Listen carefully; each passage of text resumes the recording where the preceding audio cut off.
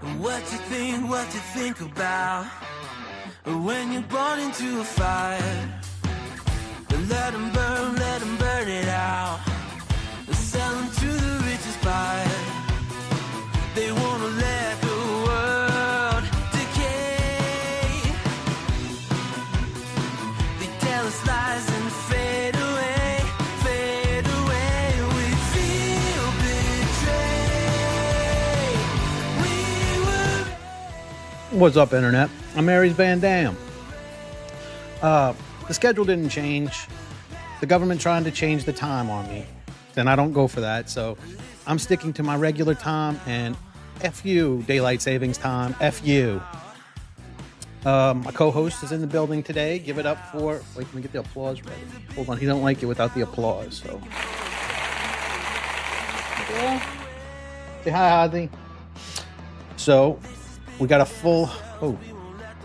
full show today. We got, oh yeah, let me beg for approval first. Help me prove to my friends I don't have to be some fake Mario Lopez looking fake nice guy to get subscribers. Let me do this my way. Let me be the asshole for you. Let me be your asshole. You will love it. You will love it. I promise you. You'll see later what I'm talking about. And today we're doing Konstantin Kisin and Dave Smith. I saw a little bit of the clips in that. I didn't get to check it out. What's up, Russell? I didn't get to check the full thing out. I watched like a couple minutes of it and said, let me do this fresh. Oh no, he's a Boston Terrier. Ozzy the Boston Terrier. Let me see. Yeah, he's my boy. So we're starting off at the 20-minute mark so we can get past all the introductions and all that stuff. The original is linked in the description if any of y'all want to check out the full thing. It's a 2.5-hour video, so that's why I'm doing it that way. So let's get into it. Let me turn the music down. I keep forgetting to do that.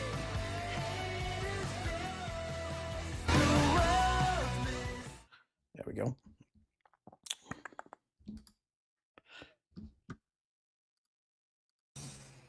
Well, so I think, okay, so I do agree, like generally speaking, right, that like something will fill a vacuum. But I don't think the choice is between an America-led world or a China-led world or a Russia-led world. I think what ends up filling those vacuums, like it's not inevitable that it's going to be a hegemon, that it's going to be one. In fact, the unipolar moment, which I think is kind of over at this point, but the unipolar moment is the aberration. That's like usually not the way the world has worked historically. Usually there are different competing powers and they have their spheres of influence. And then so in other words, yes, it might be true that there are areas where China fills the vacuum. But look, even which was kind of interesting, I think, to see over when Donald Trump first came in, right? When he was going, we're not going to fund the war in Ukraine anymore. Then you had European countries going like, okay, well, we're going to step up funding the war. I totally agree with. Right. So, but I'm just saying, so in a sense, the fact that America it didn't end up happening, but like, let's just say America withdrew in that instance. Well, there might be several other people who end up filling that vacuum. And so like decentralization can also happen. It's not that a vacuum doesn't get filled, but it might get filled by multiple parties rather than one. America's still involved in the war though. Right. No, I'm saying that didn't actually end up happening. I'm just saying, that's because you didn't pull out. Right, that's my point. That you didn't pull out, though. Exactly. If you had pulled out, Ukraine would get overrun, and then you've got a whole new problem. And this is kind of, I think, where there's a genuine disagreement about the ideas of this, because I come from a place where we don't have political correctness in Russia. So people don't pretend that all of this isn't true. Right. You know, all of this stuff American people are told about, you know, we're going out there to spread democracy, or they hate us because of our freedom. I mean, with Islamists, and we'll get onto that, that is partly true, but generally speaking, it's about we want to control the land, we want to control the money, we want to control the oil, we want to control the rare earth minerals. Now, if we accept that, which I think we both agree on, then you go, well, do I want Americans being in charge of that? Or do I want the Chinese being in charge of that? Again, though, I mean, I think it's like, it's not strictly like, I don't think, look, we are, even though, I mean, China's a big economy and has a lot of people, but we are substantially richer than China is, you know? And we're going broke being the world empire. I don't think China is looking at what we're doing and saying, you know what we should do? We should get in on these 20-year catastrophe forever wars and really have our society crumble while we waste all these resources. And so, like, I don't think it's going to be a global, like, hegemon unless it's the US right now. But that being said, I mean, I think empire is always a losing game. I mean, I think it's good for the ruling elite, but I think it like kind of ends up costing more to the nation than it ends up producing. Always? Really? Well, okay, maybe that's an overstatement. Maybe not in every single instance. You know, in general, broadly speaking, I think that's the case. And I think Americans would be far better off if you say, whatever resources we get from fighting forever wars, I think we'd be far better off to not need to have an inflationary monetary policy, an income tax, a giant, like this giant burden. I think, like, if there is one lesson of America, it's that actually free markets and true capitalism is what's going to produce the most wealth in the most sustainable and ethical way. No, that I totally agree with. I'm not sure what you said about empire. I mean, we had one of the greatest historians. I'm not resorting to arguments from authority. I'm just saying. You guys had Darryl Cooper on? Dominic Sandbrook, part of The Rest is History. I think they've got the biggest history podcast in the world. And he talked about the fact that empires are the natural unit of history. Like, if you look throughout history, that tends to be the way that the great powers of the world operate. They're empires, right? So I don't know that it's fair to say that America's problems or any country's problems are about forever wars, because the entire Western world, including countries that weren't involved in the foreign wars, are all making the same mistake. And I think that mistake is not foreign policy, although as we discussed, there's been some pretty fucking big mistakes. It's about entitlements and benefits. And that's true too. I mean, for sure. Yeah. That's where I think actually we've basically got to a situation, and I can't remember whose quote it is, but we talked about this with one of our guests, where the public have worked out that they can vote to get more shit from the government and punish anyone electorally who says we can't give you more free shit. And so in the UK... Does he think the poor are the ones working our system? I think it's the elites working our system. We're fighting a war in Iran right now for the elites. This is not for regular people. This is so the elites can pad their 401ks. This does nothing for regular Americans. It's not the poor people working the system. It's the elites. More people take more out of the benefit system than they put in, 51%. Of the public, right? And I think that's really the death spiral that we're in. We can't reduce our spending, and we can't reduce our debt, and we can't reduce our deficit because we don't want to forgo the free shit. Yeah, well, I think that's right. And I think this is true on a... What free shit does the Ukraine war get us? What free shit does this Iranian war get us? It's not even getting us cheaper gas like they were promising. It's getting us more expensive gas. Way to go. A lot of different levels, right? Certainly, I know a bit more about America than Europe, but look, I mean, the bottom line for all this is we have a government that's way bigger than what we can afford, right? Just much, much bigger than what we can afford. 100%. And so you can't tax enough to get there. So you have to tax your population, then you have to borrow a whole bunch of money, but even that's not enough. So then you got to print the money, right? And these are essentially the three ways government can raise money or can spend money. And so what you have now is that, there are these giant entitlement programs that, it's much more politically advantageous for Donald Trump to say, I'll never cut Social Security or Medicare, because he's got to lock up that base of seniors who are Republicans. And also just the monetary system just keeps the prices of everything going up and up and up. And what it ends up creating in a weird way is a justification for socialism. I mean, when these kids say, they'll say things like profit is theft. And I think it's very easy for guys like us to look at it and go, hey, that's the dumbest thing I've ever heard in my life. Because the idea that what type of fixed pie fallacy is that? That if I go out there and I'm successful, that doesn't mean I'm taking it from you. That means I'm creating more wealth. I'm creating a bigger pie with more slices. But the thing is that under this current paradigm, they do kind of have a point. I bought a house 3 years ago, just about exactly 3 years ago. And I just got, this isn't an official appraisal or anything like that, but I got a letter from my real estate agent that said the house is up 200 grand in the last 3 years. And that does seem, based on the listings I've seen the house is selling for, that seems about right. And you think about that in a way, you're like, wait, so what is that other than essentially welfare from the system. Because I'm in the owner class, because I got into the owner class 3 years ago, I now get an extra 200 grand of my net worth, and the bar for young people to go buy a house is now that much higher. It's like I kind of did take that from them in a sense, but then like as we're starting to hit this point where the young generation is getting so left behind, you still have these entitlement programs that are transfers of wealth from the young people to the wealthier older people. And think about how the government does this so that they can jack up your property taxes. If your house goes up in value, they tax you at a higher value rate. So they're taxing you on what your house is worth, not what you paid for it. That all changes whenever they do your assessments. That's what Dave is talking about, I think. crazy that is. And it's crazy, especially That is a scam that the government does to get more money from you, though. because there are fewer and fewer young people relative to the number of older people. But are you I think you're agreeing with me, which I appreciate, but isn't that kind of the point that while the foreign wars are bad and wrong and immoral in some cases, it's not really them that's causing all these problems. Oh, I mean, it's a huge driver of it too. I mean, look, if you look at the American government, at this point, it's the entitlements, the defense budget, and the interest on the debt. But the defense budget isn't about fighting all these foreign wars. The defense budget is about protecting your empire, which gives you access to, you basically control all of Europe, right? America dominates Europe. You basically decide what happens in Western Europe. You dominate parts of Asia. You get the resources that come with that. You get whatever oil you want from wherever you need it. You get to control the world. You have a defense budget not because you want to invade Iraq. You have a defense budget because you're the biggest country. I know you don't like hearing this, but it wouldn't need to be that big if we weren't invading Iran. But in the absence of a neutral world policeman, America, someone's going to be the world police. Someone's going to be going around kicking ass, right? And if you want to have the 25% of the world's resources, that's you. Yeah, I mean, I guess. So let's continue being the world police, and we'll just police the people we can police. Like when China does shit to the Uyghur Muslims, we do nothing. But if Iran wants to kill a couple of protesters, just like we do, we're going to go and invade them.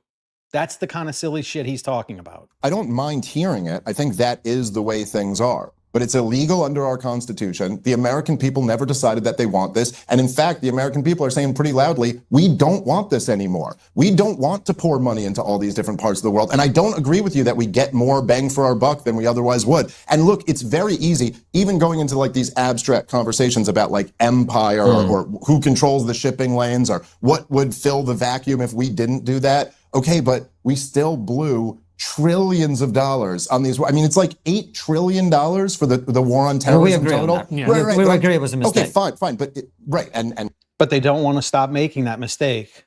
We also agree, not just a mistake, but like a horrifically catastrophic moral mistake. Immoral, yeah. But also it's $8 trillion. I mean, that's a huge chunk of this. So listen, if you're arguing that entitlement programs, yes, they account for even more of the budget. And yes, they're a huge part of this whole, monstrosity of big government. So I agree with you on that. But no, I think, look, at the very least, we'd be way better off had we not just fought all these stupid wars. That I agree with. I was making the point about. But I just want to continue advocating for these other future wars we're going to keep getting into, right? The defense budget. Sense? The defense budget isn't for invading Iraq. The defense budget is for dominating the world. Sure, but again, the defense budget is for dominating the world. Does he even know what defense means? It does not mean to go dominate the world. It means you defend your borders. I think this is more to the benefit of the elite than it is to the American people. I mean, yeah, it's like the defense budget is also why all those richest counties in America are the suburbs of Washington, D.C. It's the reason why we're making millionaires if you're connected to the weapons companies. And it's, this is, it's a huge transfer of wealth program, essentially, transferring from the working and middle class to the ultra politically connected. And so I think essentially that, and this is true for all government spending, that's the swamp. That's the essence of what the swamp is that you extract money from the real economy, from people who are working, and you hand it out to the politically connected. And I think it's like criminal. And let them get away with doing whatever they want to do and never have any consequences for any of their actions, like women. So that being the case, moving on, let's talk about something that nobody's going to get offended by, which is the Middle East. So because your position has been very interesting on the Middle East. It's mainly been that you've been, could I characterize it as being I thought this dude was the moderator. kind of pro-Palestinian in your outlook, in the way that you see it, or would you put it another way? Yeah, I wouldn't say pro-Palestinian. I mean, I'm not like, I don't even know exactly what that means. Like, I'm not saying like I'm against what's been done to them. I would be against that being done to, I think, just about any group of people. So no, I don't think I'm pro-Palestinian. I think I'm pro-American. But I'm certainly a critic of Israel's destruction of Gaza. So what is it in particular? Did you feel that it was disproportionate, the violence, or I should put it another way, the Israeli response to October 7th? Did you feel that was disproportionate? Was there another way that it should have been done? Yeah, I mean, I think there's lots of other ways that it could have been done, and certainly it was disproportionate. But I think that... Yeah, maybe less blowing up of the hospitals and orphanages. That would have been a better way, I think. I mean, I think it's horrible, and I think that it's that America shouldn't be involved in it. I think it does nothing but cause a headache for our country.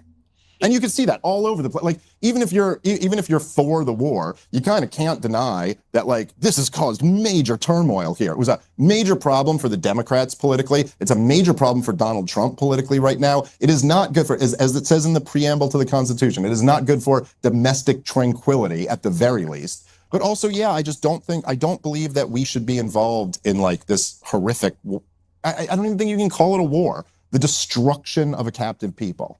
Because there's a lot of people who would say, and I'm sympathetic to this, which is you have Iran, which are essentially funding terror cells right the way through the Middle East, Hezbollah, Hamas, amongst others, which are effectively destabilizing the region. Right, as if Israel's not doing anything to destabilize Iran. Let's just pretend like it's one-sided here. It's just one side trying to fuck with the other side. It's not both sides fucking with each other. Let's pretend. There's a lot of Muslim Arabic countries who despise Iran because they see them as an existential threat to their existence, which they are. They're Islamist in nature. So by that, you would argue that unless you deal with the threat of Hamas, unless you deal with the threat of Hezbollah, you are essentially going to have a Middle East which is more unstable, which is going to become a hotbed of terrorism, which eventually is going to... Like it's not a hotbed of terrorism now. What? We're going to go take sides in this little terrorism showdown? Why? Why would we do that? Impact the safety of nations around the Middle East, but also in the West and in the United States. Yeah, I think there's been a lot of people who are arguing if we don't take this group out or that group out, it's going to lead to instability in the Middle East. And every single time we go to make that move, it leads to more instability in the Middle East. And I flat out reject the idea that Iran is an existential threat to any of those Sunni. This was the same argumentation they had whenever we did Iraq. The exact same thing. We're going to do this to stop future terrorism. And how did that work out? States in the region. Like Saudi Arabia, who are we talking about? Jordan, Egypt? Like UAE? I mean, if you speak to people in those countries... Yeah, I'm sure they're concerned about them. They're very concerned. Yes, of course. And there's a Sunni Shiite beef that's been going on for many, many years. And there's a lot. But the idea that like the U.S. sock puppet states over there are really threatened by Iran, I just don't think is right. They do feel that. Yeah, okay, fine. But like, I don't think they're right about that. I don't think Iran is taking over Saudi Arabia. And even if they are right, why is that our problem? Like, what do you mean existential threat here? They're going to take out one of these countries? Well, unlikely. Take out is, I mean, countries don't tend to take each other out, but go to war, they're fighting over interest. Like, they are a threat. They're fighting over interests. I think that's more correct. But I also think that there's an interesting thing where when you go like all the like Shiite terrorist groups, or I guess Hamas is whatever. But if you're talking about Hezbollah, Hamas, the Houthis, like the people who Iran has been in business with,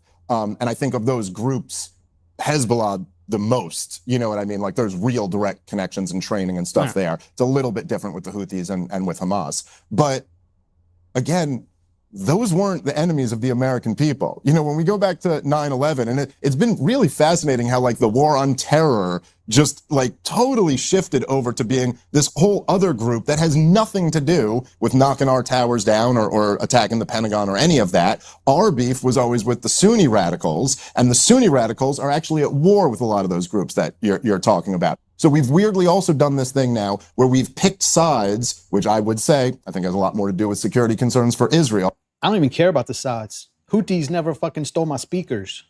Than it does for the United States of America. But now we're on the side of Al-Qaeda in Syria. We're on the side of Al-Qaeda. We were in Libya. We're on the side of Al-Qaeda in Yemen. And so, like, no, I actually don't think that's good for if you look over the last 15 years, the people who were destabilizing the regions the most were the bin Ladenite head choppers. I mean, that was really the major problem that we had there. And so fighting on those guys' side in all of these conflicts, I don't think has done anything. Well, the Sunnis have changed, right? The Saudi regime, the UAE regime, they are very not extremist. The Saudis used to spread extremism throughout Europe. They're not doing it now, the people in charge, right?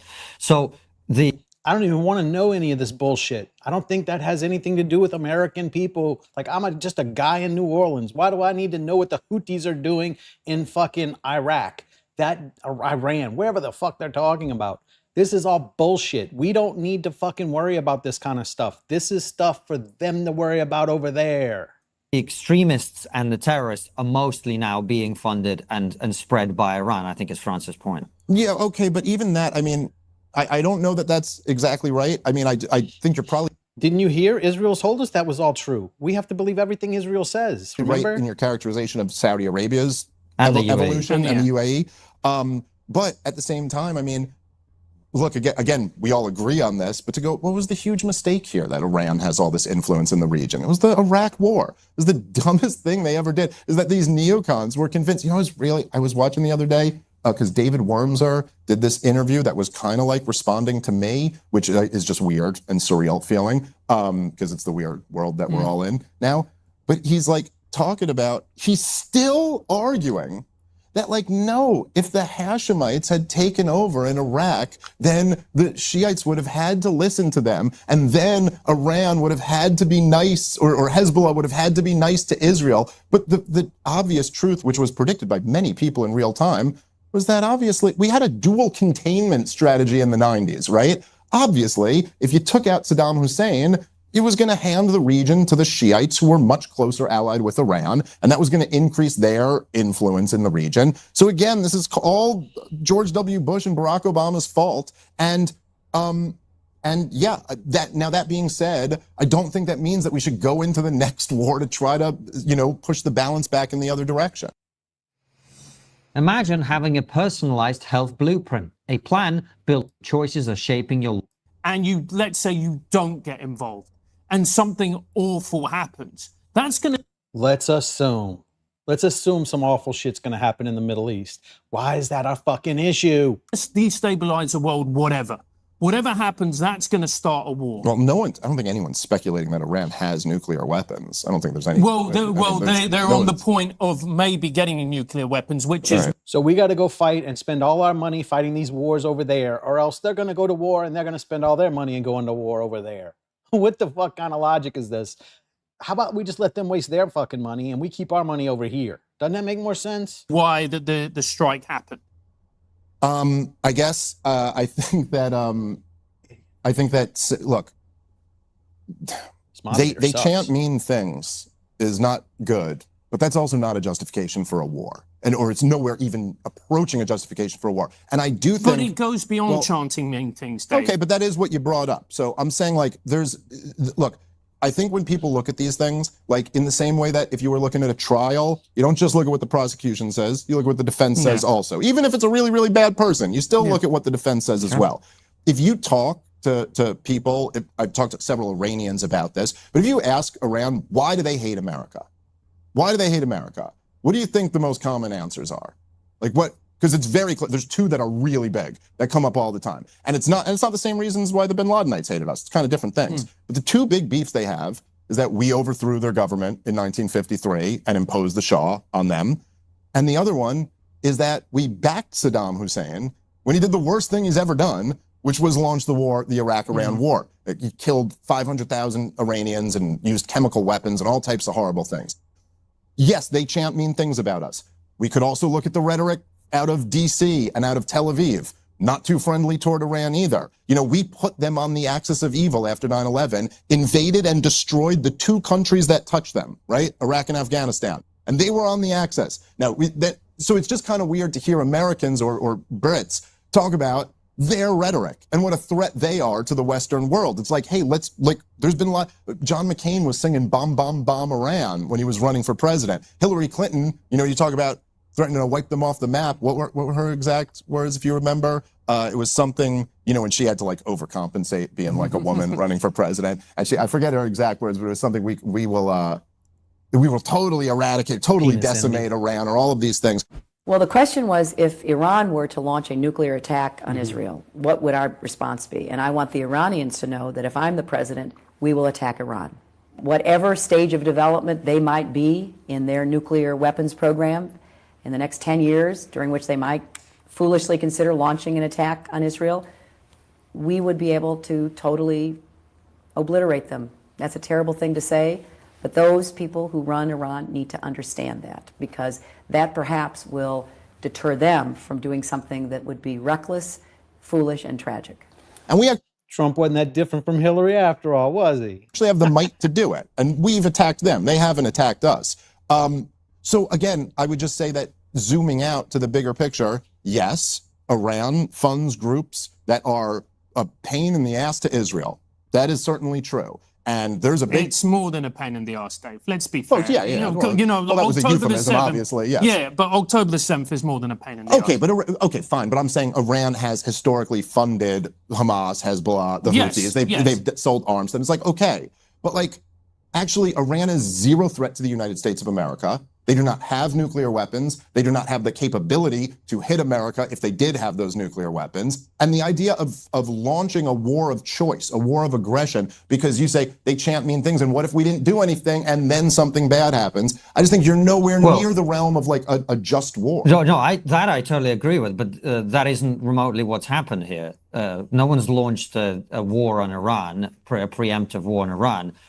Israel and the U.S. just did. They call it the 12-day war. So what happened is, and this is, I think it's useful to come back to October 7th.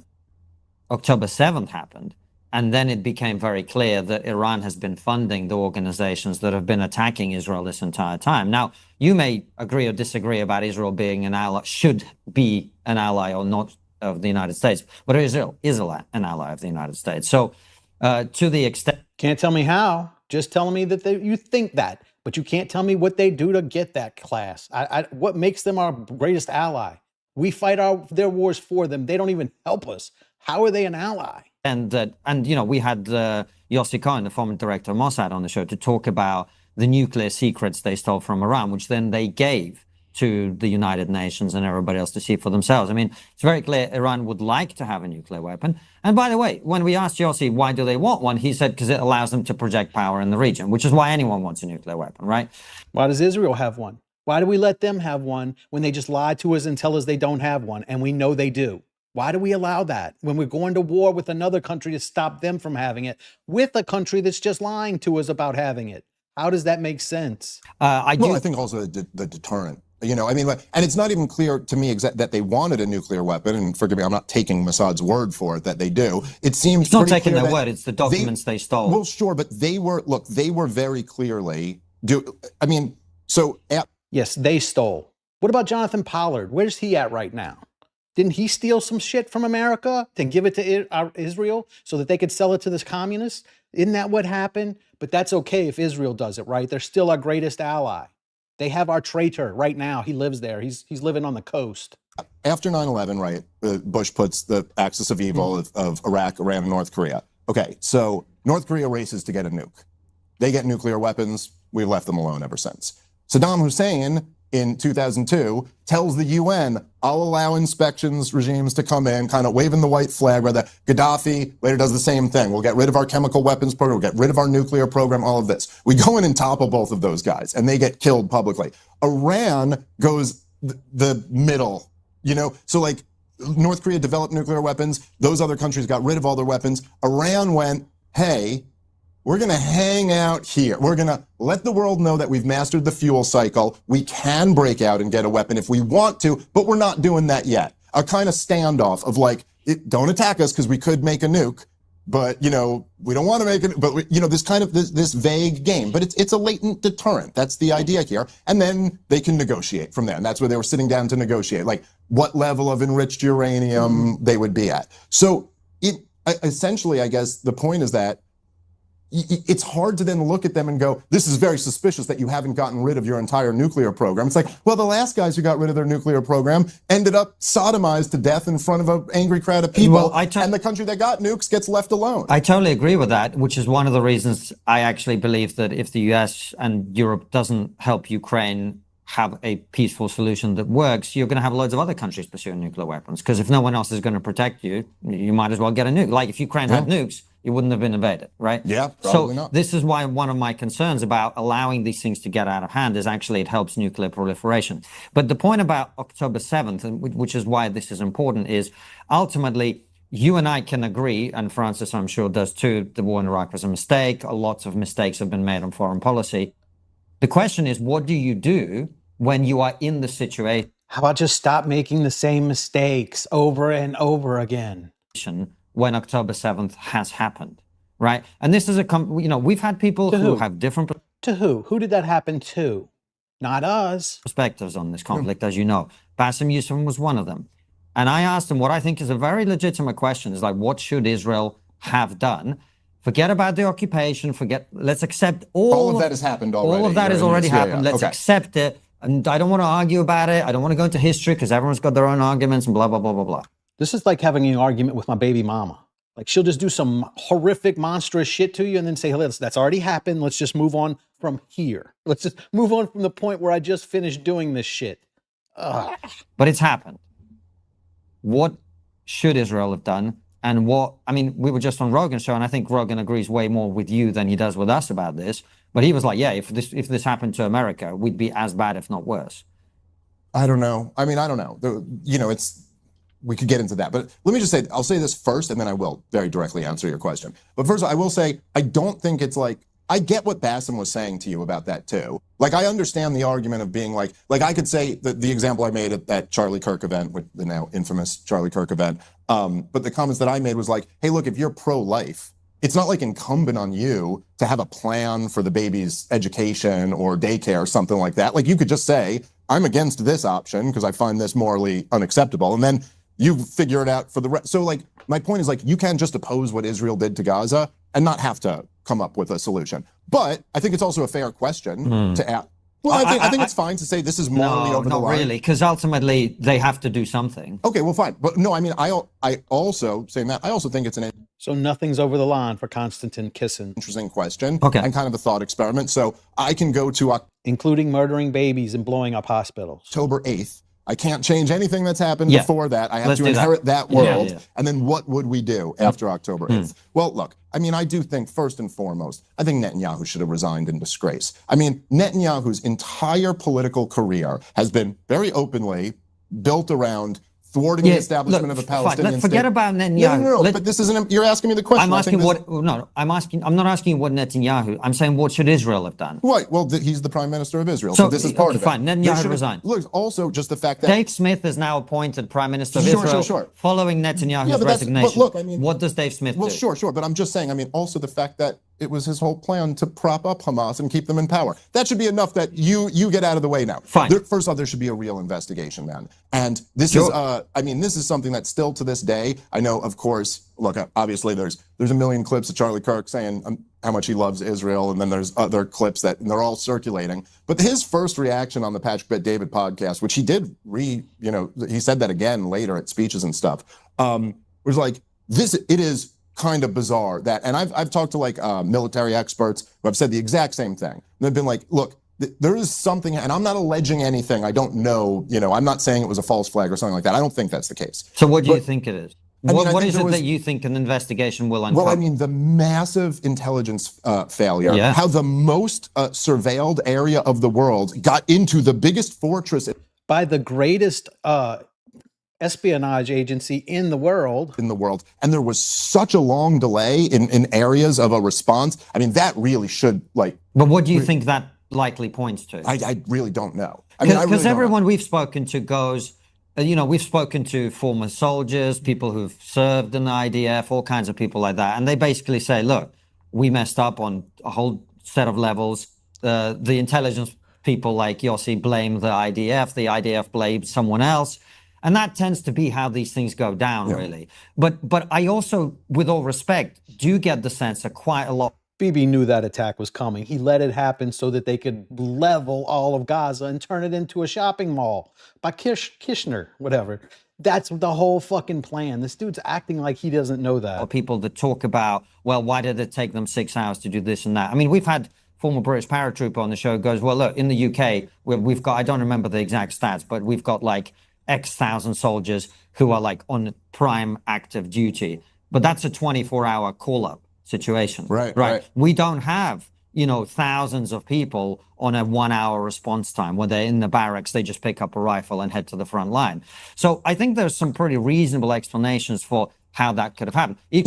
Quite possibly. But what I get, with all respect, is that quite a lot of people who ask the question seem to be implying something, but they never say what it is that they're implying. No, well, Charlie asked the question, was there a stand down order? I don't know. I mean, I don't know, but it does seem to me something really worthy of investigation and really getting to the bottom of that. Netanyahu did say this when we interviewed him, right? What? The investigation is super necessary once the war is over. Yeah, right. Once the war is over. Okay, fine. But you can't have an investigation in the middle of a war. Yes, right after the war is over, he'll go investigate himself. We're sure. Especially to your point with the person who oversaw the I'm not sure disaster. exactly. Why can't you have an investigation while they're bombing Gaza? Because why do the bombs have to stop dropping before we can look into that? Because they're running a war effort. Imagine being investigated while you're trying to manage a war. That doesn't work. Right? I guess. But anyway. I don't exactly. Not like it would be a real investigation anyway. I understand that, but maybe. Do you know? Well, I don't know. No, I mean, I think. Imagine you run a podcast, which is a lot easier than running a war, right? Well, sometimes it feels like yeah. Right. But imagine you were under the greatest scrutiny in America, being investigated by every department. This is actually how I feel when I'm running my podcast. You're not far off. Well, you got to stop smoking weed then, because it's not that bad, right? Fair enough. But imagine you are being investigated by every department, and if you are found to have been responsible for a mistake that you made on your podcast, or someone that works for you made a mistake that then you have to cop the blame for, you get the electric chair. Would that affect your ability to run a podcast? I would say yes. Yeah. So just don't ever investigate him then. That makes sense. Just let him do whatever he wants, and we just will never investigate, because it would make him uncomfortable while he's trying to work.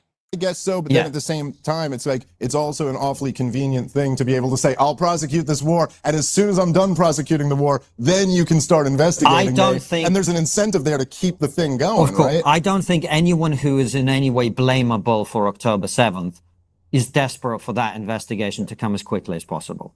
I totally agree with you, of course. But let's come back. So back to the Netanyahu's resigned in disgrace. Dave Smith is prime. Those are also two different wars. We're talking about his attack on Gaza. He started a war on Iran, so now we can't investigate him for what happened on Gaza, because now he started a new campaign where we're going to bomb this other fucking country. You don't see that as a fucking problem? Yeah, I say investigate him while while the bombs are dropping. Minister of Israel. Well, look, I would say that I think there are, again, like, even with like what you're talking about with Rogan, and where I think people will go like, well, imagine Mexico attacked America in this way. Like, what would we do to Mexico? But I also do think that like there's a really fundamental difference between Gazans attacking Israel and Mexico attacking America, because Mexico, although obviously there's a huge power discrepancy between our two governments, they are a government with a military and some degree of sovereignty, and it's much more like a Native American reservation. Okay, let's do that. Let's do that. A Native American reservation where we never gave the Native American citizenship. And it's not a Native American reservation the way American Native American reservations are, where they can come and go as freely as they please. And it's just not we never gave the Native American citizenship. We still hold them on these reservations. We've had a blockade around this reservation and an occupation going back 60 years. No, in that scenario, I would not find it justified for the American military to start carpet bombing the reservation. No, in fact, I think you would have a responsibility to make this a police action. Like, you have to arrest these people. And before Netanyahu, there was a terrorism problem since the creation of the state of Israel, partially the Zionists and partially the Arabs. But throughout the entire history of Israel, it was only Netanyahu who ever treated the terrorism problem as like a problem for the regular old military. It was always targeted assassinations, special operations. Again, Gaza is the most surveilled area in the world. They can wait these guys out. They can touch them. They can target them. Now, again, it might put IDF soldiers at more risk than sometimes. That's a thing that all modern armies accept. That we will increase the risk to our own guys to fight wars in more moral ways than we have in the past. But I think that it should have been, there was just a way to do it that would have, I mean, short of like right on October 8th, right away, where they cut the electricity, cut the water, cut all that, just essentially announcing that we're at war with the civilian population. I mean, look, dude, I know me and you we don't see eye to eye on this. I know we're on different sides of this, but just even saying like, did you say like a few weeks ago when the ceasefire deal first starts, right? I'm going to ask you guys genuinely. So Hamas at one point, or Israel accuses Hamas, let's just say they're right. Hamas is slow rolling, returning the dead remains of some of the hostages. All the living hostages have been returned, but there are remains of dead hostages. And Israel accuses them of slow rolling. Let's even say they were. And so as a response to that, they go, we're halving the aid, cutting in half the aid that's getting into Gaza. As a response to Hamas slow rolling dead remains, not saying that doesn't mean anything, but like dead people are a little bit different than alive people, that you're going to cut off the aid to women and children because of like, it's war. Doesn't that like on some human level, don't you guys go, yeah, that's wrong. Like you shouldn't punish the civilian population like that. Well, it would only be wrong if people were doing that to Israel, I'm betting. Let me fast forward through this shit. But what I'm trying to find out from you is, you say police action, and that's, we had this debate, but not face to face, where we exchanged videos on this, right? And we talked about Native American reservation, and you say police action. You've got 50,000 jihadi terrorists, jihadi as in willing to die for the cause.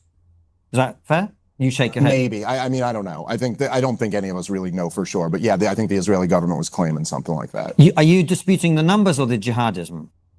Are you just believing it because Israel said it? Is that where we're at this point? Like, I just don't know. I don't know what the number of jihadists so who are willing to die. I just don't know. It's the number you're unsure about. Yeah. Okay, so it's not the jihadi part. It's there are jihadists, obviously. They are prepared to die. Yes, there are. So you've got. Can we say, just so that we do agree, like 40 to 50 or 30 to 50? Maybe sure. Let's say for 40 the sake of argument. Sure. 40 to 50,000 people in a highly geographically concentrated area, tiny area, right? Tiny area, 50,000 people with pretty sophisticated weaponry, actually. IEDs everywhere, booby traps everywhere, anti-tank missiles, sniper rifles. This is a militarized terrorist organization. Do you really think you can deal with that in a police action? Well, I think do you really think we should be getting involved in that, being that we're in America and not over there? Why do we need to get involved with that, Konstantin? Can certainly deal with it with targeted assassinations, special operations, the way Israel's dealt with their terrorism problem for their entire existence. But the point again about this is that I think that when if you occupying a country, let's say like after a war, you occupy a country for 6 months or for a couple years or something like that. Israel has been occupying the West Bank and Gaza for longer than the Soviet Union occupied Eastern Europe. It's a 60-year, and at a certain point, you're like, like there was this big thing where they just voted to annex the West Bank when J.D. Vance was there, just to be disrespectful to America. Even though they're our welfare country, they can still disrespect let's think about the most basic of asks from America. Like, could you just not annex? But look, the truth is, it's already been annexed.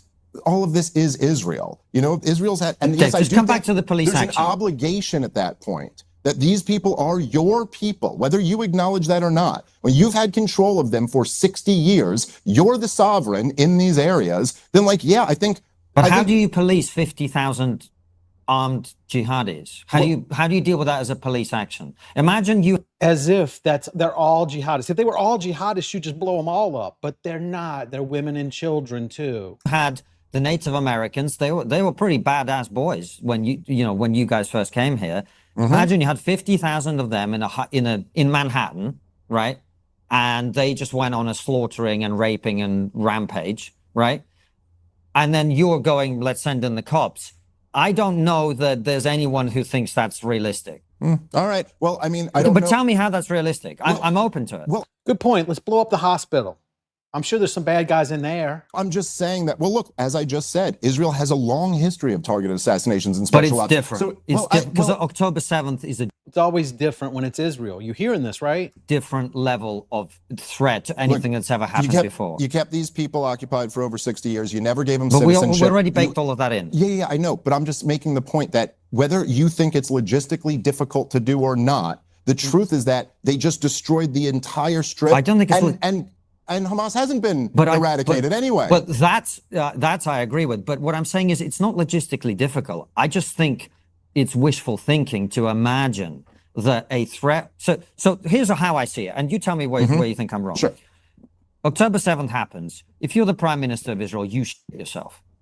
You go, fuck, we're being invaded. Our people are being slaughtered. You might also be worried about the blowback on you. You were in charge. I hear all the things that I think you might say. And then you go, we can't live with this. That's what any president or prime minister of a country that had been invaded in that way would say. We cannot have this on our doorstep. I don't care about history. I don't care who's right, who's wrong. We can't have this, right?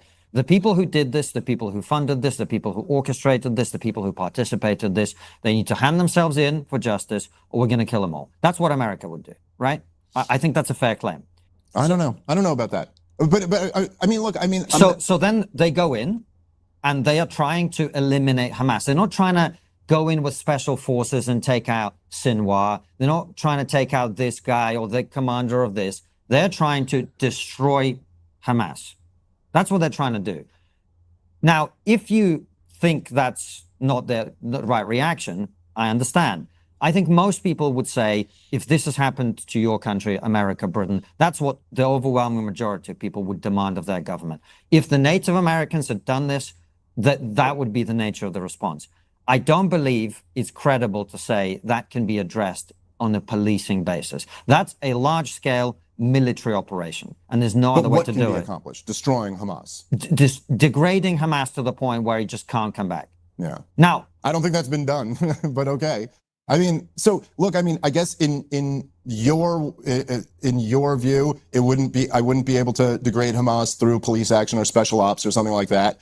And in my view, it's like you're also not able to degrade Hamas. But my view comes with the bonus added of not slaughtering 100,000 people. So that's kind of the difference. But let me just say, can I just to your point, because I get what you're saying, and I do think there is something. They have degraded Hamas, though, Dave. It's like they've killed a whole lot of them and probably created another generation of Hamas that they will be fighting for years to come. And we'll see how this. Sorry, I'm getting very interrupted. I get excited. No, it's fine. Yeah. I'm guilty of the same thing. But I will say that, like, I do think there's this tendency for people to say, like, well, look, if you want to put yourself in the and me and Coleman talked about this a bit, but like, if you want to put yourself in the Israeli shoes, like, I'm fine with that. I think then we should also put ourselves in the Palestinian shoes, and then we should put ourselves in the American shoes. Well, or the British shoes for that matter, because that's what I really am concerned with. So I would say, first of all, I think it was Aaron Mattei, actually, who had the line, which I really liked a lot, where he said, in order to buy Israel's the justification for this, you have to accept the premise that nothing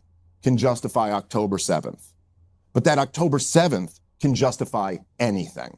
And there is something where you go like, look, okay, I'm sure Israel could look at October 7th and say, we find this to be intolerable and we are entitled to a violent response. And if some innocent people get killed in that violent response, well, I'm sorry, but this just happened to us and we have a right to do that. You could get there from the Palestinian perspective too. It's different, and although, well, it is, there are differences, but the differences are what matters here. Okay, well, I don't know. I'm not sure they are, but so go ahead. Here's the difference. The difference with, say, you mentioned, for example, the Soviet Union occupying Eastern Europe. Mm-hmm. When Eastern Europe wanted to break away from the Soviet Union, they didn't invade Moscow and rape women. They didn't take hostages. The difference is that armed resistance, look, man, we're men. If people came to our place and started putting us in chains, we'd rise up, we'd pick up a rifle, we'd engage in armed resistance. But when you deliberately target civilians, It's not the same. It's not the same as dropping bombs on terrorist houses who deliberately put their families in those houses. It's not the same. And that's the difference. Yeah, see, I guess if it wasn't for all of the reports over the last 2 years, then like maybe I would, I don't know. Is it that different than IDF soldiers taking target practice at kids, as multiple doctors in Gaza have reported? Is it that much different than the, what was it called, the Where's Daddy AI scheme, where they were following the terrorists back to their homes to take out their families too? I mean, like, no, I don't. Do you think Israel is deliberately killing civilians? Like, by definition, yes. Like, by what definition? Well, in the sense that, like, if you take in action that you know is going to result in civilians being killed, then it's deliberate. But it's the rule. They blew up hospitals. I'm sure they knew some people in that hospital weren't going to be Hamas. Rules of war say that is what you should do. The rules of war are a construct. I mean, listen, like, sure. of course we're talking are. about morality or logic here. But it's like, look, let's talk about logic.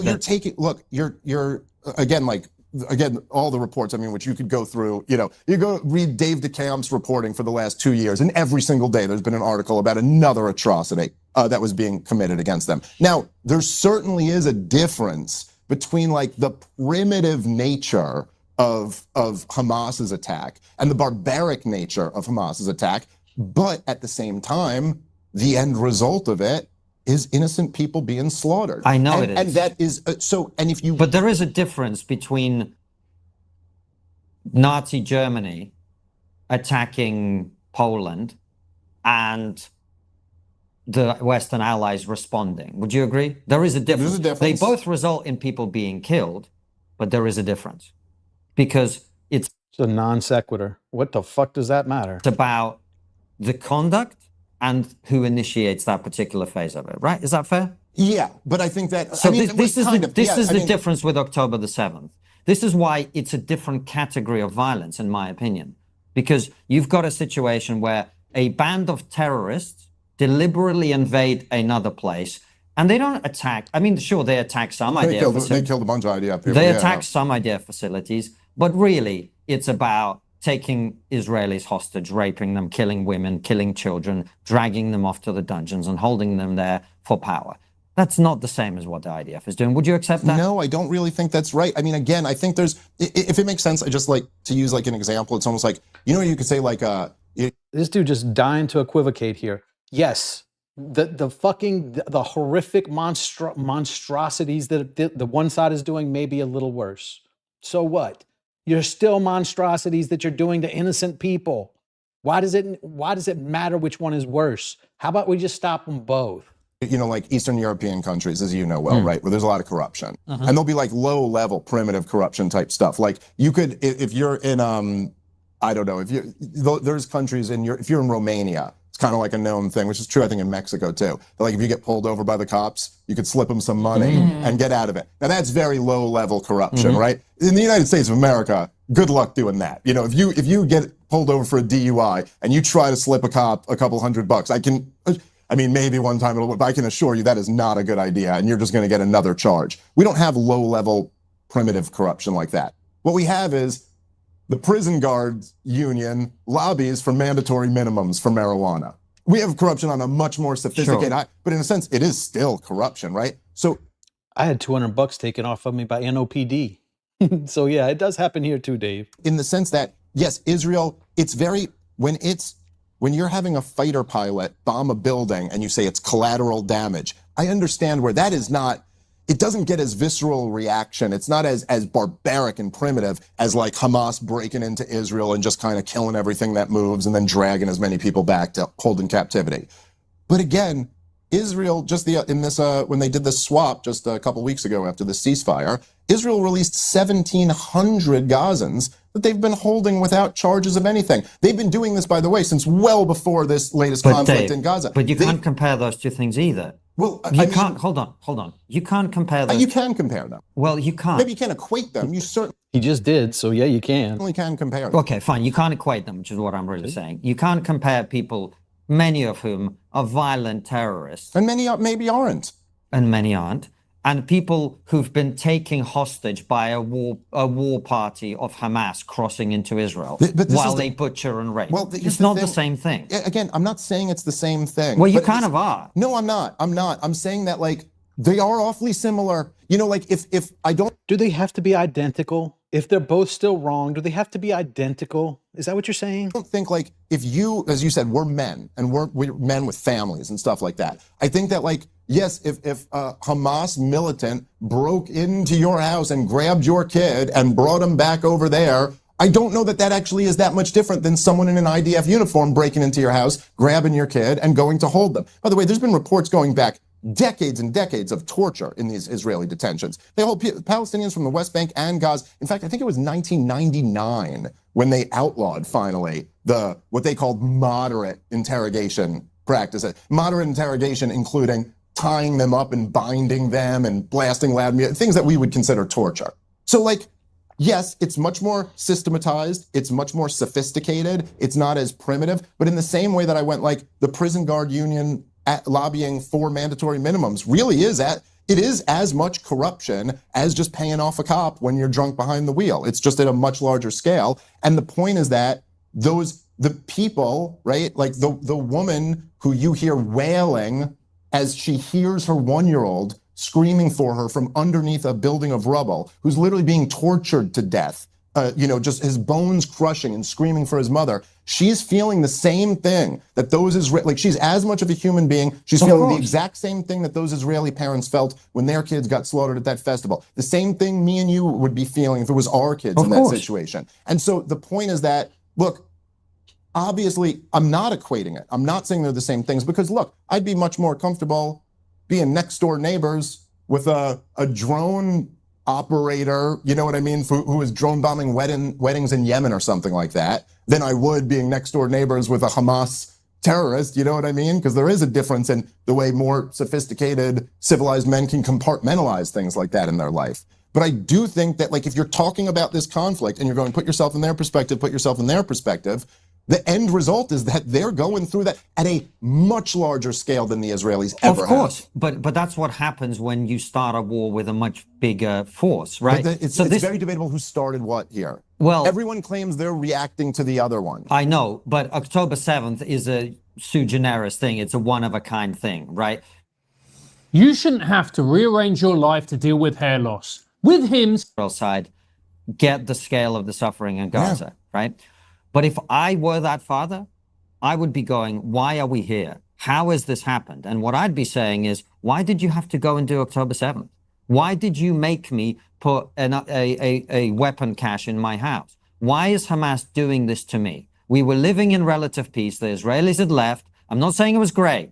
I'm not saying it was the greatest place to live in the world, right? But we were living in relative peace. The Israelis had left. I could go and work across the border, blah, blah, blah, blah, blah. And now I've got IDF bombs on my head because you went and raped people. Oh, well, I mean, look, I don't disagree with that. Right, if you're saying the people of Gaza should be upset with Hamas for October 7th, absolutely. And in fact, there were actually protests against Hamas now, which also is a very different thing than like protesting in Israel. You know what I mean? Like that takes real balls to do. Absolutely. And so, absolutely. But I also would probably think the same thing on the Israeli side, that you, after October 7th, how would you not sit there and go, Benjamin Netanyahu, the longest serving prime minister in Israeli history, his whole thing was to deny the Palestinians a state by propping up Hamas so that we would never have to. How would you not have that same reaction if you're an Israeli? Well, you did this to us, Bibi. I think a lot of Israelis do feel that way. And they both should. Listen, if there's any, everyone should hate the government they live under. That is my central point. Well, we could probably here. agree on that. And I think a lot of Israelis do feel that way. And I'm pretty certain that when the war is over, I don't think Benjamin Netanyahu is likely to be re-elected. But the reason we can agree on that, yeah. The reason I bring this up, though, Dave, is, and I think this is really important for us to clarify, is the scale of the suffering is something not enough people, as I say, on the pro-Israel side, give due credence to. But I also think that a lot of people who are anti-Israel, they use the scale of the suffering to confuse the issue of who bears ultimate responsibility for that suffering. And that is really the area of disagreement, right? Because we can all agree that what's happening... Look, man, I'm a father. When I see what's happening in Gaza, it makes me sick. Yeah. And it should make everyone sick. But the reason we disagree is that I believe the people who are responsible for that are the people who did October the 7th. And I'm on the record as saying this. If Hamas had attacked IDF installations, I was totally undecided about Israel and Gaza until this war broke out. I didn't, we had Melanie Phillips on the show in like 2019, and I was like, oh, Melanie, you tell this great story about the creation of the state of Israel. I think it's a little murky. I was undecided, right? But when October the 7th happened, I was like, the people who are responsible for what comes after this is the people who did this. Because any leader of any country would react in something like this way, or probably worse. Yeah, I mean, I guess I just think that the same exact logic could be applied in the reverse. And to say, listen, 60 years of brutal occupation, man, whatever comes after this, you're responsible for that. Now, I don't agree with that. I don't agree with that. But that isn't true, though. Well, it's as true as what you said. No, it's not, because I'm not saying... See, take another example, Russia, Ukraine, right? Like, I have Ukrainian family, I have Russian family too, and it's a tragic conflict. They're engaged in a brutal war, and it's a much more parity war, therefore it's much more brutal, actually, right? There's way more people, men on both sides being killed. If Ukrainians, who I support, went on a rampage in western parts of Russia and started raping women and taking children hostage, I would be like, there is no way this is justified. There is no oppression, killing, butcher, murdering in Ukraine that Russian soldiers have done that justifies this. This is an outrage. This is completely unacceptable. It's a different type of thing to the conflict you've been engaging in.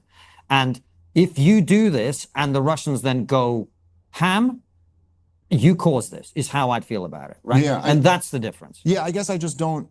So certainly what I would agree with is that, right, like no matter what, and I think this almost just comes down to like individualism versus collectivism. Like you don't have a right to just kill innocent people, no matter how much you've been suffering. Like it doesn't matter, even if the Israeli government... what happened. Well, Depends on what happened. You have a right to go kill other people because you're suffering. Saying that say like in the example of Hamas or in the example you just used with Ukraine, right. It doesn't matter how brutal the Israeli government's been to you. You still can't just go kill teenagers at a festival. Like it's not just a justified response. Sure. So I completely agree with you on that. But what if you're really suffering? Also, as I said before, cutting off aid to the civilian population who's war-torn after 2 years. How much aid is Russia providing to Ukraine right now? But hold on, let me just finish my point here. Sorry. Cutting off that aid is also not a legitimate response to like Hamas slow-rolling the dead remains of civilians. Okay, but is... Like, this is what I'm saying to you. Russia's not providing any aid to Ukraine. Yeah, but also doesn't have a blockade around Ukraine. As much as it can, it does. They deliberately... Ukraine has been there's been no shortage of aid that's been getting into Ukraine. Because we're trying to help, but the Russians have done everything possible to cut off rail tracks and the supplies and everything. They're bombing logistical infrastructure in rural Western Ukraine. I 100% think that if Russia's not providing any aid, and no one's saying, why aren't they providing aid? Yeah, because they're two countries. Why do we care? Why do we send money to either side? Ending what Russia's doing. Nobody here is saying like, well, okay, maybe not nobody. Have you been to Austin? Okay, fair enough. To Washington? DC? Okay, fair enough. Well, look, even that, Washington, DC has been funding Ukraine to the tune of hundreds of billions of dollars over the last few years. But that's not my point. My point is no one is criticizing Russia for not providing aid to Ukraine. I think no one is criticizing Russia. I think people have they're criticizing Russia for invading, yes. But they're not criticizing them for not providing aid. No one says they have a duty to feed Ukrainian civilians. Well, it's also because the Ukrainian civilians aren't food insecure. They don't need that. I mean, it's like, look, like you said. That's two different nations fighting each other. Gaza is not a nation. It's a tiny, tiny sliver of a fucking tiny nation that's the size of New Jersey. There's more parity in that conflict. It's been much more military deaths on military deaths. And so it's just not the same dynamic. But yes, look, if Russia had Ukraine under a full blockade and then they invaded Ukraine and they weren't letting food in from the international community, absolutely, you would say you have an obligation to allow this aid in. But they wouldn't. Sure, okay, fine. And no other country would either. Well, I don't know about that. When the US was fighting in Iraq, they cut off electricity and water to the cities that they were sieging. It's what everyone does. Yes, to certain cities. It is. Okay, but but it's also, how you fight a war. Yeah, but also, okay, you would. That's why war is terrible. Okay, by the way. Also, yeah, I agree with that. But so also, you didn't have George W. Bush going to the army and calling them Amalek. You also didn't have like people in the highest levels of the U.S. government floating out plans of ethnically cleansing all of Iraq and then taking it over for ourselves. And there's just many different things in this conflict. Guess I'm Amalek. But yes, we're all in agreement that the war in Iraq was sure terrible. So that's not really the moral standard. I've been hogging the mic for like an hour. Sorry, Francis. No, it's all good. So, you know, the great thing about our conversation is I think it shows new media at its very best. In that we're having a conversation. It's respectful. No one's trying to misrepresent. You know, things get a little bit passionate at times. Yeah, as they would. Just like sex. Yeah, exactly. Not the way I do it, mate. But all in all, I think this displays the very best in new media. People on different sides, good faith, having a disagreement, finding common ground in certain instances, disagreeing on others. But ultimately, well, the moment we walk away, we're going to be like, actually, you know what? That was brilliant. Yeah. We enjoyed it. I think everybody who watches or listens to it is going to have a blast.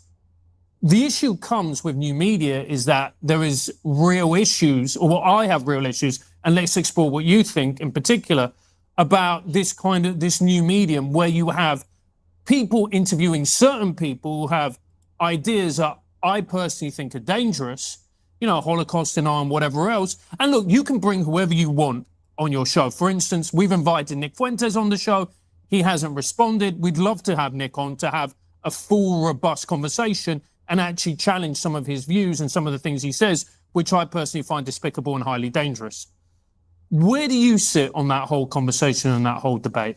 Well, I certainly agree with what the first part of that, you know, and that I think there's also something where I just think like with the three of us, I think that's kind of just our personality. Mm-hmm. Anyway, it's like we're interested in these ideas, we want to talk about them, we want to debate them at some point. But I am just like, yeah, we go grab a beer after this and stuff. And part of that is just well, it's just kind of, what else are we going to do? I mean, like, what's the alternative to that? You know what I mean? Like, and anytime you're talking about a political issue, almost anytime when you're talking about an important one, it is a matter of life and death or close to that. I mean, you know, if you're having a conversation with Bernie Sanders about healthcare, you know, from my perspective, Bernie Sanders' healthcare proposals is going to lead to like serious suffering and deaths and all. But man, I mean, what are we going to do? Just all go to war with each other always and all hate anyone? Particularly also, like, I'm a Jewish guy who's very critical of Israel. So, like, you know, I got tons of family who have the exact opposite. What am I going to hate my family now? I got to hate my, you know, Democratic cousin or something like that. Like, it just seems crazy. And so I think, like, the only path forward is for us to have these conversations. And, you know, like, so to your point of, like, are there dangerous ideas? I mean, I think there's dangerous ideas all around us. And I think it is very easy to hate Democrats, though. It's so easy. I think socialism's a dangerous idea. Agreed. I think fascism's a dangerous idea. I think, you know, wars of choice are a dangerous idea. But, right, we just got to be able to talk about these things. And I think that's one of the best things about the new media. And with Fuentes specifically, like in this case, and I've always been against all types of cancel culture, even when it's just like, you know, even if the government wasn't involved the way they were with the big tech companies, I'd still be against big tech companies kicking people off because, like, that just isn't good. It's not the right path. But with Fuentes specifically in this case, I think, as you guys know, part of the reason why you're saying you wanted him to come on the show, he's just gotten so huge that it's almost we're at a point where, like, we need to have this conversation. It makes absolutely no sense anymore for, like, you know, hearing Mark Levin call to cancel Tucker Carlson and Candace Owens and Nick Fuentes and kick them off social media, kick them out of these things, deplatform them. It just kind of reminds How would anyone know? No one listens to Mark Levin. Me of like a couple years ago when Brian Stelter was calling to cancel Joe Rogan. And you're just like, who are you? Who do you think you are in the rankings of this thing? Like, and I'm not saying like popularity makes you right, but popularity does make you relevant. It does make you a relevant part of the discussion. And I think that the best thing that could happen with Fuentes, the rise of Nick Fuentes, is that he does a bunch more of these shows. And I think there should be more debates, more conversations. But I would also say, I think with the same attitude that we have right now, we're just like, hey, let's talk about what we disagree with, but do it in a respect of like, let's talk about this like civilized men. Look, I'm fully in agreement with you, Dave, where cancelling people, kicking people off platforms, it doesn't work. It drives ideas underground. It's only going to go to a platform where these ideas aren't going to be challenged. It's going to give them a certain amount of, dangerousness, sexiness that they simply don't deserve. My issue comes with people when they interview the Nick Fuenteses of the world and they do not give an appropriate pushback on ideas. That's where I think it gets dangerous, because then you just have people saying their horrific ideas, and you go, where's the pushback? Where's the challenge? Because if you don't push back on people's ideas, in my opinion, you're effectively endorsing them. I don't agree with that. I just don't agree. I don't agree that if you don't push back on someone's ideas, you're endorsing it. I mean, I was talking about this the other day on some show, but the example that just came to my mind was this guy, Ben Burgess, who I like. He's a nice guy. He's a democratic socialist, and he wrote this book, and I believe the title of the book was called Canceling Comedians While the World Burns. And this was back like a few years ago, and it was 2018, 2019. Or maybe it was around that time. But he was talking about how, you got all these left-wing activists and they're canceling Louis C.K. or they're going after this guy. Meanwhile, we still don't have universal health care, universal housing, or universal child care. I just thought that was a really interesting book and an interesting take that I kind of agreed with. And so I interviewed him. We just talked about the book and kind of talked about that. Now, I never pushed back or argued with him, but I don't think you can deduce from that therefore I'm endorsing democratic socialism. His ideas are not that extreme, Dave. Yeah, but if you have a Holocaust denier who says Hitler was very cool on your show and you don't push back, that's a different thing. I guess my point would be that I'm not so sure I agree with the idea that being pro-socialist should be viewed as that far different from being pro-Nazi or something like that. These are the great evil ideologies of the 20th century, and they're both responsible for a lot of horror and deaths and all of that. It's been very conventional thinking for a long time that communism is kind of misguided, but fascism is kind of evil. And I don't think any of us actually agree with that. You don't need to persuade me of that, but your example isn't quite fair. For example, we had, this will go out before the episode I'm about to mention, but we interviewed Hassan Piker, right? He basically says in the episode, he doesn't say it in terms, but he's like, I sort of say, well, people call you a communist, isn't that? And he's like, yeah, I've got no problem. When we interviewed him, we pushed back on stuff he said, because communism is a horrific ideology. And we talked about our family's experiences and whatever. So my point is, comparing him to a kind of soft socialist who says, we shouldn't cancel comedians, we should focus on healthcare. No, but he's not a soft socialist. I mean, he's a hardcore, I would consider him a communist. He literally argues that private businesses should be abolished and that it should all be, every business should be run democratically. But does he admire Stalin? Does he say what we need is Stalin policies in America? Probably not. So that's the difference, okay, right? Fair enough. You, the Triggernometry audience, understand how vital free speech is. Equating the things. I'm saying the logic of saying that when you don't push back, you are therefore endorsing, I think is faulty logic. So that's the only But it depends on the extreme, is my point. No, but I'm saying that logic still remains no matter how extreme the person is. If you have a conversation with somebody who has the worst views in the world and you just talked about cars and you agreed on that, it doesn't therefore logically follow that you agreed with the other stuff. Yes, but what if you had someone on your show who says we should kill black people? Or, black people are genetically inferior and therefore we should structure society in such a way. Let's hear him out. Just kidding. That, they get mistreated or whatever. Or, someone who says, who encourages his followers to say, I will kill, rape, and die in my name, as Nick does. Are we talking Fuentes here? Yeah. I missed that one. Oh, you didn't see that one? And then you have that person on and you don't talk about any of this, right? Well, that's kind of a problem, isn't it? Well, I mean, the thing about it, okay, there's a couple things here. First of all, it's a unique situation, like the Tucker having Nick Fuentes on, and I also had Nick on a couple weeks before. That's why we're talking was a big deal until Tucker had him on, and now no one cares about that anymore. Tucker eclipsed me again. But look, there's it's a situational, and there's certain dynamics that are going on here now. So I do think there's this weird. There's, to me, a little bit of a disconnect between what that interview actually was and the way that a lot of people are perceiving it, where they're saying that okay, yes, it's true that Tucker, or myself for that matter, didn't go, hey, we've got you here. I think you're a terrible person, and here are all the awful things that you've said, and I want to fight with you for 3 hours about all these awful things you've said here. But I also think that Nick Fuentes is a unique thing. He came up in the dark, his whole brand is that he's saying the most toxic things. And he's intentionally, obviously, I mean, if you ever watch the kid, he's doing he's doing a right-wing shock jock thing. Like, there's a lot of humor involved in it, there's a lot of trolling involved in it, and there's a lot of kind of like getting off on I'm saying the wildest, edgiest thing. And in that environment, no, I actually don't think it's good. Well, let me just finish this. Okay, sure. In that environment, I don't think the right move is to like go like, I'm appalled by what you said. To me, at least, it seemed That would just feed the troll, and he would love it. more like the right move was to go like, all right, hey, let's talk about this. Like, look, do we actually believe this? You know, and what was interesting to me is when he talked to me, at least, I know he did condemn racial hatred. He was like, yes, we shouldn't hate people just because of the race that they are. I brought up the Holocaust and I was like, you seem to be implying pretty heavily here that you don't think this happened. So let's argue about this because I'm pretty darn sure it happened.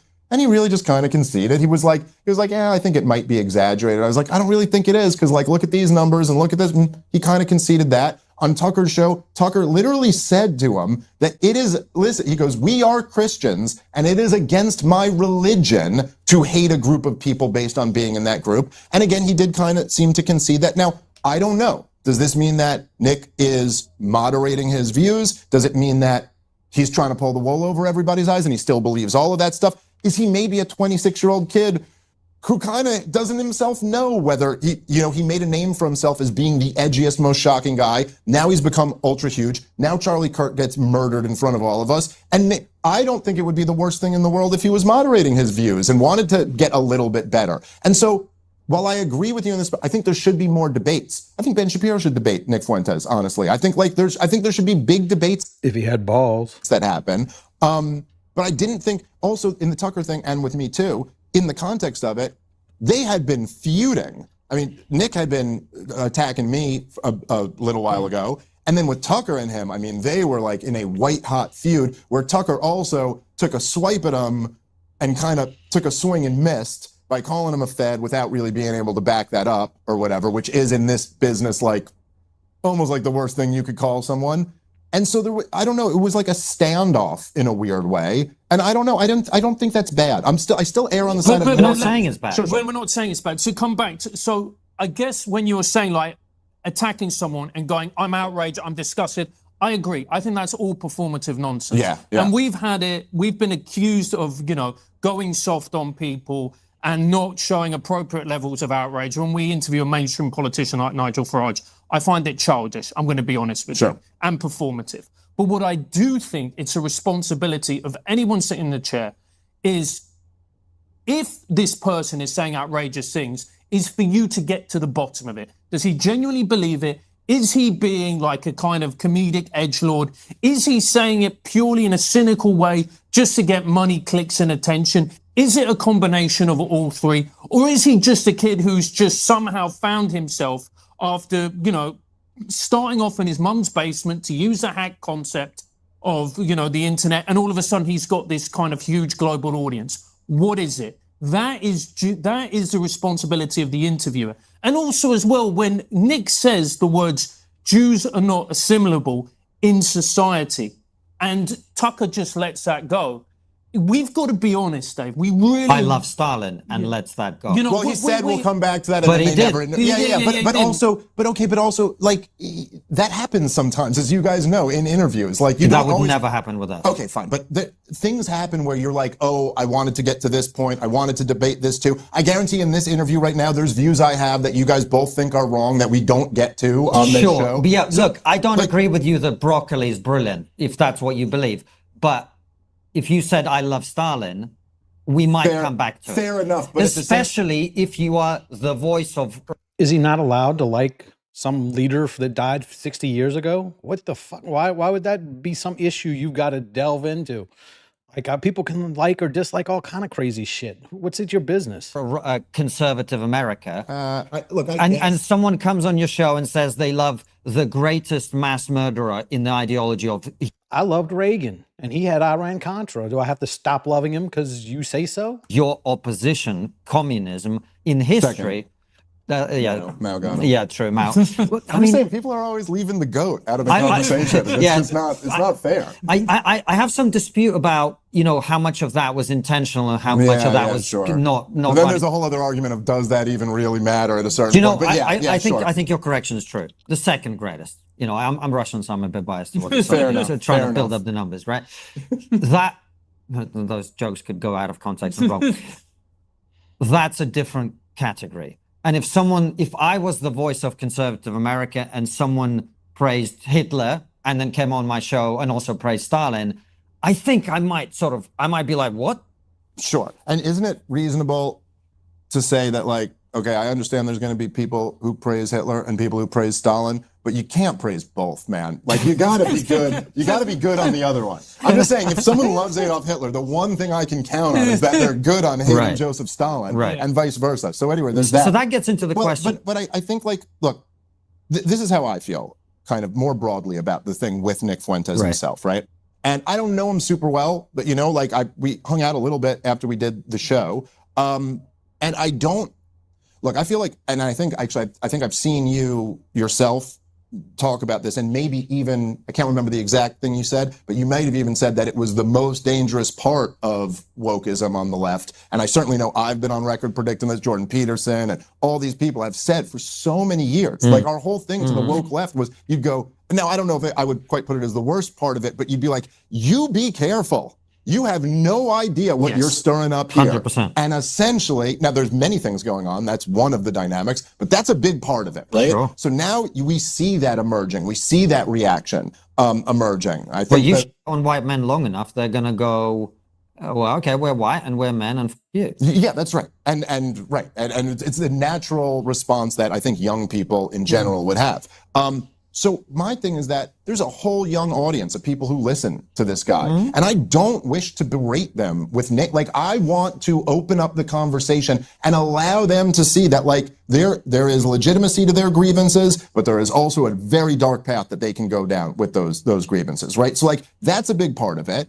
And then the other thing is, like, I do think we kind of, you know, like I said this when I was interviewing Nick, where, you know, which I know guys our age, we've all had this thought before where we're like, thank God there wasn't all of this stuff around when I was a kid. Because my God, and I remember one of the examples that I really thought, and I wasn't like the toughest kid, but we were like a little group of hooligans. We probably thought we were tougher than we actually were. But I remember when Salmon, Nicholas Salmon, I believe was his name, the Catholic kid. Sandman, who was just smiling at the Native American. And then when the full video came out, you were like, I mean, he actually could not have handled it better. You would be so proud of your kid if your kid was in that situation and handled it that way. But I remember thinking, like, what would me and my group of friends have said when the black Israelites came over and they started going to these kids and they go, you're a bunch of rapists and colonizers and you ruined this. And I mean, me and my friends, dude, when I was 19 or whatever, we would have been like, that's right, bitch, that's why you got ripped. I mean, we would have said the most hard.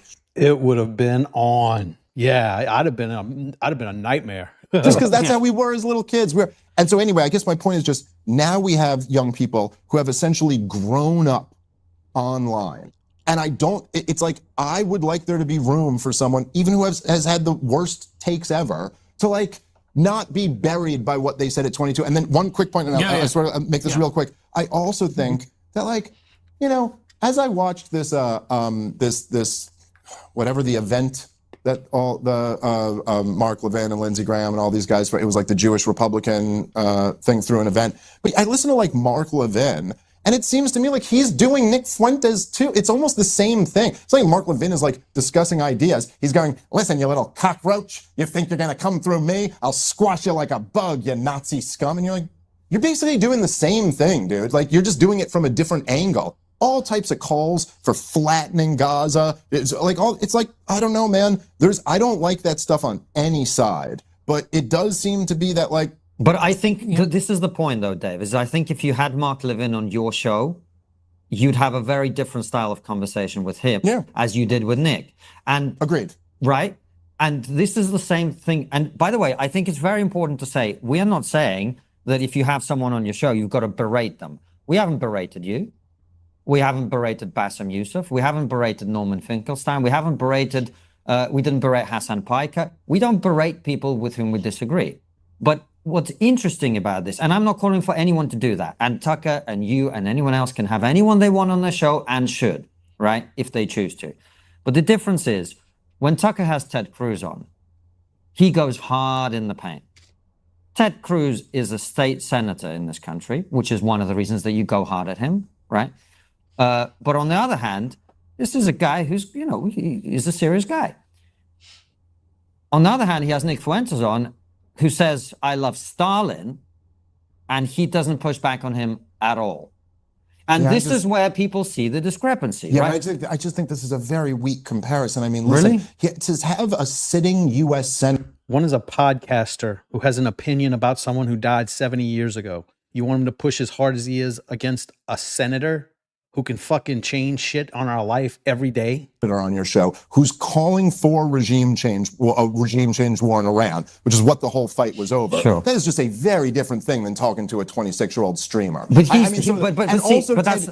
you can't have both, Dave. You can't say he's just a 26-year-old streamer while saying he's got a massive audience. Because he is. He's both of those things. He's a 26-year-old yeah, but you're saying it to diminish audience. his stature in the comparison. No, I'm just describing what he is. That is different than a sitting U.S. senator calling for a regime change war. He, like us, is someone who influences a lot of people. Sure. With that influence comes a level of scrutiny that's appropriate, right? He's not someone who's inconsequential, and he's someone who's saying things like, I love Hitler, I love Stalin. Okay, but that is different than a sitting senator who's advocating for a war. It's just different. Also, I will say, as you know with these things, right? And like Tucker kind of said this when he was on my show recently, but like with all of these, like this conversation right now, right? Where we're disagreeing about stuff, but we're doing it in a civil tone. But all of us have the option to shift that gear. Yeah. Like I could make this a confrontational interview, So or could you we. could make this or you could make there's a dance to that. Not the other and guy. if you actually go watch the Ted Cruz thing, it kind of starts pretty civil, and I think Cruz was the one who kind of like escalated it to being like more confrontational. But Fuentes could have done that, but he didn't. Or Tucker could have done that with Nick, and he didn't. So, but again, I just think that like all these things are situationals. It's different. Obviously there is, I guess, and maybe this is part of my own bias, but yes, if you're somebody, say like Mark Levin, who has been one of the biggest right-wing, talk show hosts for my entire life, probably less relevant now than then, but there was a time when he was like in the big three. It was probably like Limbaugh, Hannity, and I think he was pretty close to them, who's been advocated for like several wars that have been absolutely catastrophic, who's now advocating for more. Yeah, I have a different tone with that than I do with something that I perceive to be more edgelord streaming. So you don't think Nick likes Hitler, or you don't think he likes Stalin? Honestly, Who fucking cares? Who cares what a streamer likes? don't know. I just don't know. Did you ask him? I think. Yeah, I mean, I won't. I'm not going to publicly say what we said privately, but like I'm actually not sure he likes me too much, to be honest. But You are Jewish. yeah, well, I don't think that's his issue. I got the impression that he was feeling the weight of the moment, of Charlie Kirk getting killed, and I actually thought his stream after that, which I publicly gave him credit for. The initial one After that, I was like, I did just appreciate anyone who had that tone, and particularly this guy, as the biggest leader of the biggest, farthest to the right, constituents. Like, that's good to be calling for de-escalation and Christianity. Like, I thought that was really good. I got the impression that, and I don't want to say what he views, but I got the impression that he was a person who was thinking about the weight of the moment that he was in, thinking about all of that, and also having painted himself and been painted by others into this corner. And I kind of felt like, let's like leave a door open and maybe he'll move a little bit to being not as bad. That being said, I don't know that that's going to happen. I think it's quite possible that that won't be the case. But do you think he's a Nazi? I don't. Do you think he's in a party that ceased existing 60 years ago? Do you think he's in that party? I don't know. I don't know what that means exactly. Is he a Nazi? He's said favorable things about the Nazis. He seems to believe in some type of like Catholic theocracy or something like that. I don't know. I don't think. I think that to me, it's like the Nazi thing is. It's devil worshipping of today. You know what I mean? It's like that. It's the most outrageous thing that you can say. It's the biggest taboo. And so I think there's something about, like, I don't know, in the same way that like when you'd see almost like a goth kid whose like dad isn't around and who hates it. Is he really a goth? Or it's like, I don't know. He's Well, rebelling. he is in that moment. Yeah, sure. Well, he's rebelling, and I think Nick has been on record saying, like, I think there's a clear decision to go, if this is the thing that's off limits, if this is the button I'm not allowed to push, I will be pushing that as hard as I possibly can. Why is your managed retirement account still using strategies that haven't changed? Okay, I'm going to end the debate here. I think that's where all the fireworks ended. I will be back on Wednesday. Oh, let me get this out of here. I'm really getting used to the setup. I'll be back on Wednesday with another episode. And I hope to see y'all. Peace. Oh, wait, let me do this first. I always forget to do this. I'm going to move this. There we go. Peace. I'll see y'all on Wednesday.